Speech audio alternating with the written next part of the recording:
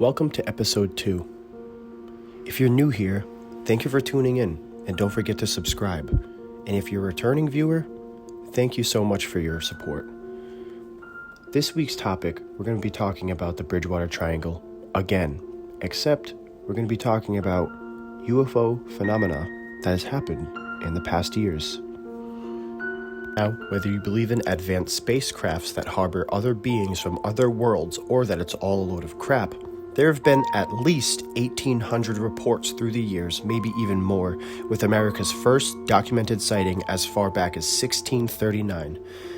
Massachusetts Bay co-founder and Governor John Winthrop recorded a second-hand account of unidentified objects about 3 yards wide over Boston. An entry March 1st that year says James Everell, a sober and discreet man, was rowing his boat up the muddy river at night when he saw a great light stand still and burn up, proceed to float above the river for 3 hours.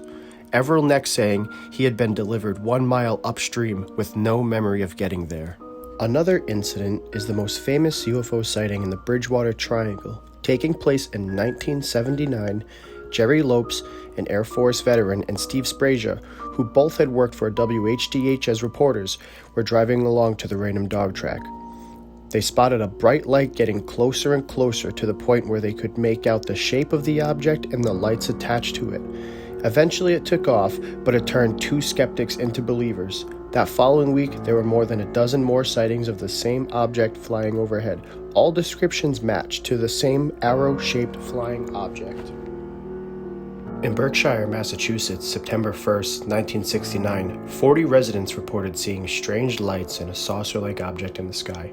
One of those residents was Tom Reed, who claims to have been abducted from a car he was in with his family. They recall large insect-like creatures before waking up in their car, but the driver and passenger had switched seats.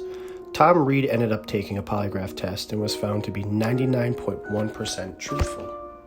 On that same night, both Tom Warner and Melanie Kirchdorfer recalled being abducted and taken aboard a UFO where they both recall seeing each other. Both have stood by their stories. Most call it a highly elaborate lie, but nothing can explain how every report made was so similar to others, seeing a huge light, then a flying saucer making no noise while overhead, followed by blackouts only to wake up disoriented 3 hours later.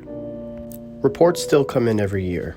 In the month of June alone, there were 15 reported UFO sightings in Massachusetts.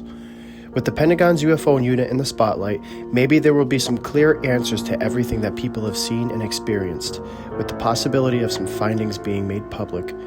Until then, keep your eyes in the sky and stay weird.